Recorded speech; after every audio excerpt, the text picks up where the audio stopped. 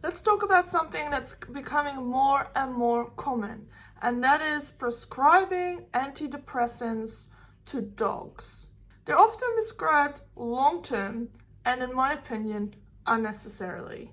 And before you get defensive, yes, some dogs need medication. Absolutely, I'm not saying they don't.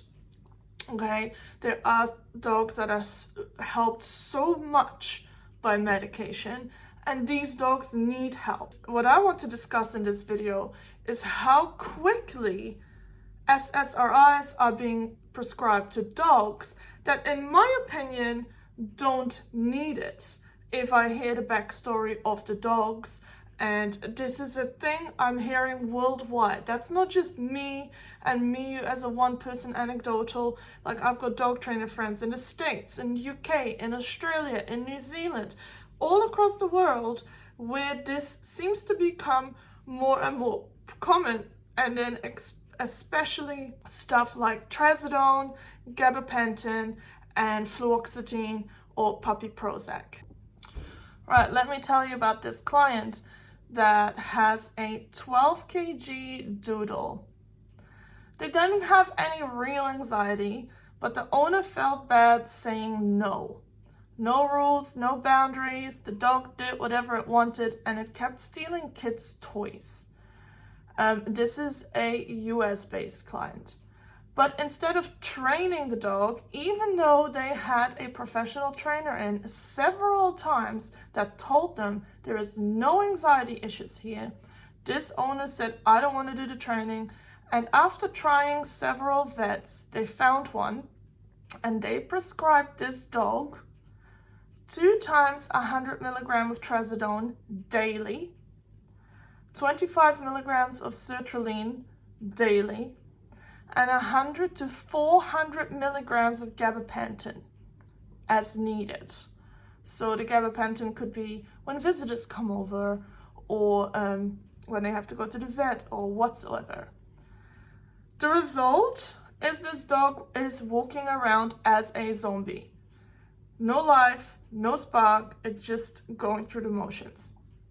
And I know this because this dog is currently being pet sit by a trainer who has the prescription, who knows the dog off meds, and who now knows the dog on meds.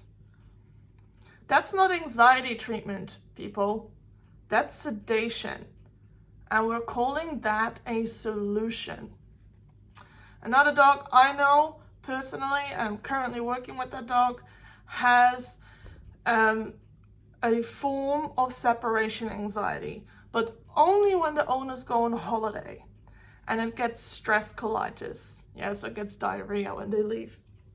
So they took the dog to the vet after their 8-day holiday, and the vet solution to these problems was, let's prescribe him fluoxetine year round.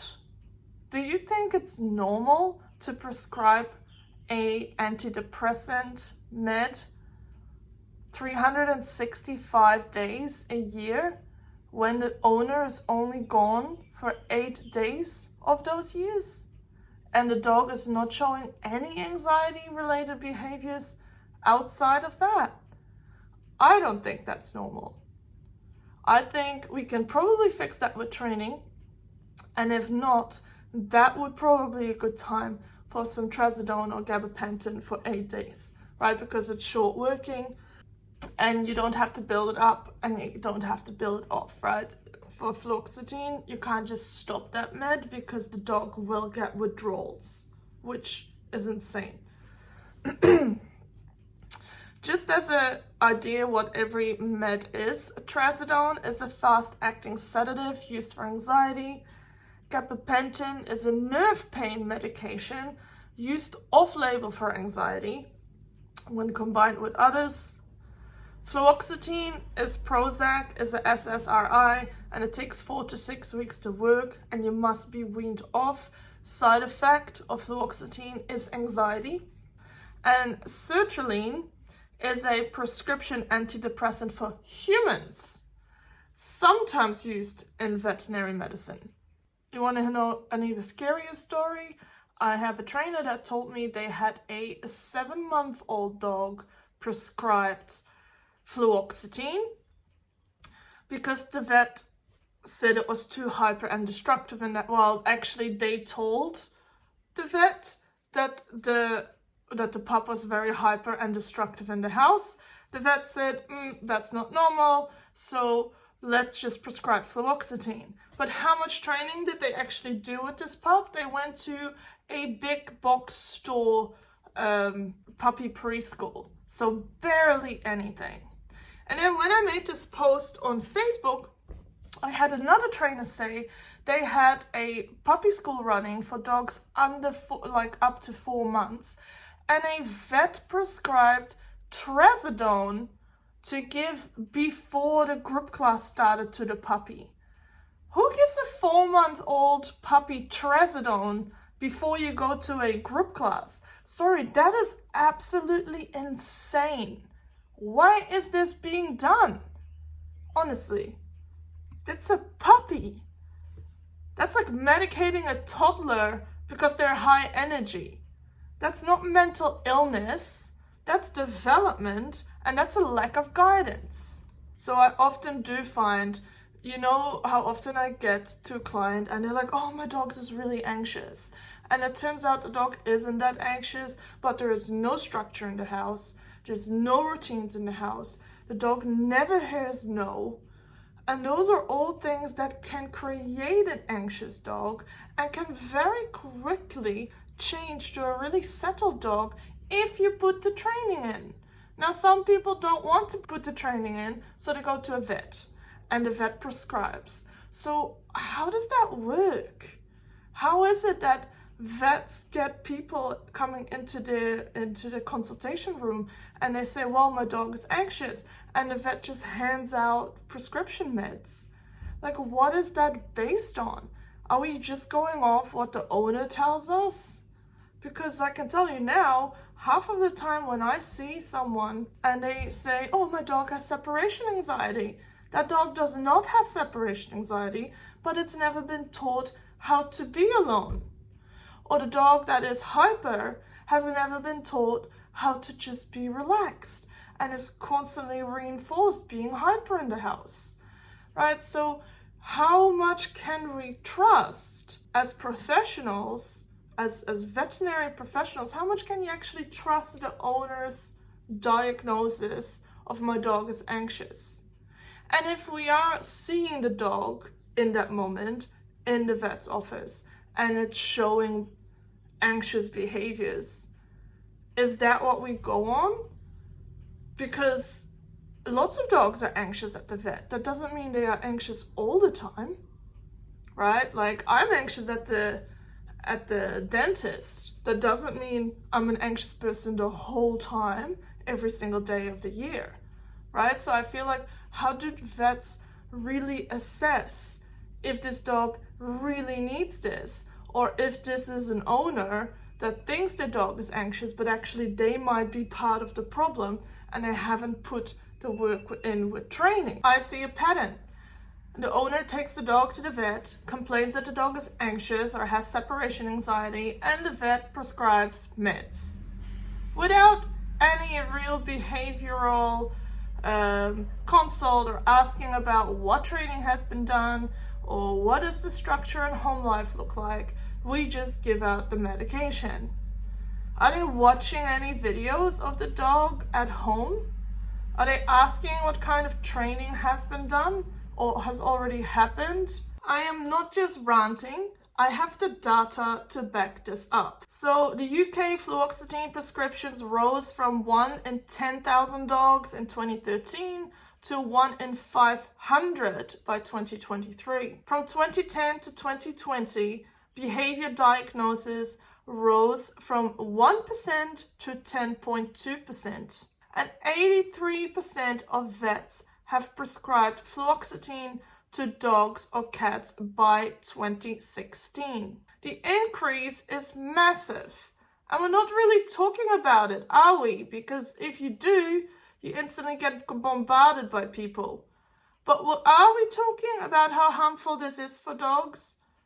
because we are talking all the time about how harmful tools are for dogs. But there will never be any talk anywhere about what it actually does to put these chemicals in a dog all the time. How is it that in 10 years we've created so much more anxious dogs? It's all so much worse for dogs now. Now here's my theory, and it might be a conspiracy theory. Yeah, but I'm still gonna say it. I think we have created a culture where introducing structure, boundaries, routines, and corrections is seen as cruel. And what is the alternative we're left with? Drugs. Because labeling like putting a correction on a dog for constantly pacing is suppressing their behavior and not understanding everything. Or, God forbid, using an e-collar. Now we get constantly bashed for using e-collars, but there's many dogs that are helped by them and actually giving way more freedom. But we can't use those, and we can't say no, and this is traumatizing the dog, and that's bad for the dog, and that's bad for the dog, and all of these things where we say no, or we might give a leash pop to say cut it out, is bad. And we're labeling everything as the dog must be anxious. And what is then the follow-up? Let's medicate the dog. Do we not see a pattern here between force-free training ideologies and prescription meds skyrocketing? For example, back to the graph, that in 2013, 1 in 10,000 dogs in the UK got prescribed fluoxetine, and then now 1 in 500 dogs. That is during the rise of social media, right? Social media became very, very loud at that time. And so did the force-free training become a lot louder. Now, Zach George brought out his first book in 2016. So I see parallels as in, when did force-free become really loud and obvious in the world? Well, between 2013 and 2018. And when did meds start spiking? Right, in that same time. When did we start banning tools? When did organizations start pushing force-free only training? Well, it's all in that same time span that medication went up. You will also see way more force-free trainers recommend vet behaviorists or meds. Way more than balance trainers. Is that because they have a tool set that isn't really suited to work with real behavioral problems? I'm not saying force retraining is bad. Like, I use positive reinforcement all the time, and I think you need positive reinforcement training. But you also need structure and balance and corrections. And sometimes those don't fit in the force-free world, but these dogs do need them. But because you're not willing to do that, you choose to prescribe medication that makes a dog a zombie in some cases. And that's not aversive, to put a dog on medication for the rest of their life. I can tell you now that most of the dogs I got on medication as clients have either not have had any training. They went from I have a problem to the vet, who then prescribed meds. Then the problem didn't go, and they thought, oh, maybe I need training. So I either have those, or I have the ones that tried a force-free trainer. That didn't help, so they went to the vet on their recommendation to get prescribed meds. I very, very rarely get clients from other balance trainers that have been prescribed meds. So again, let me get this straight. Using trazadone and gabapentin and potentially also fluoxetine as a cocktail every day, that's not aversive. But using a prong collar or a slip lead or an e-collar, that is aversive. Like, make that make sense to me, because it doesn't to me. Also want to note that a common side effect of SSRIs or antidepressants is anxiety. So now you're pushing this drug on a dog that can't talk, they can't speak, they can't tell you how they're feeling. How do you know your dog is feeling? They might be fucking miserable.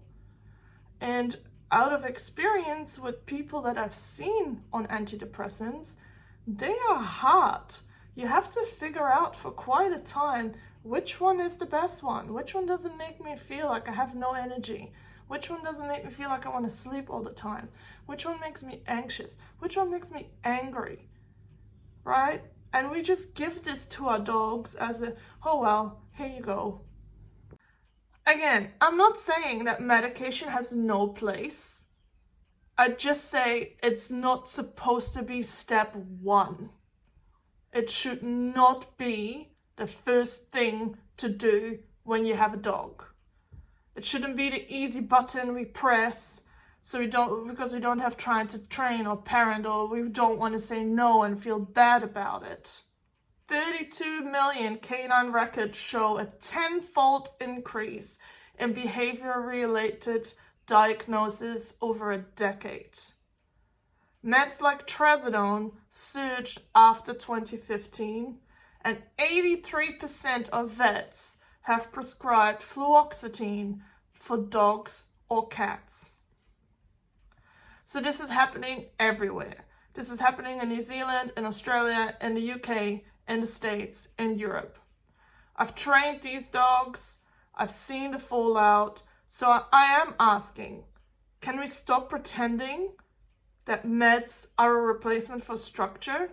Can we talk about the dogs who've lost their spark because of meds? Can we admit that sometimes medication might be the most aversive thing we do? And can we admit that sometimes we need to maybe look first at balance training before we go to medicating? Let me know in the comments what you think. Has your dog been on meds? Have you ever taken a dog off meds? Has a vet ever prescribed you meds even if you didn't ask for it? And where are you located? Is this a worldwide problem in Europe? Does this happen in Asia? Like, what is going on here? I would love to know. Let me know in the comments what you think. Bye.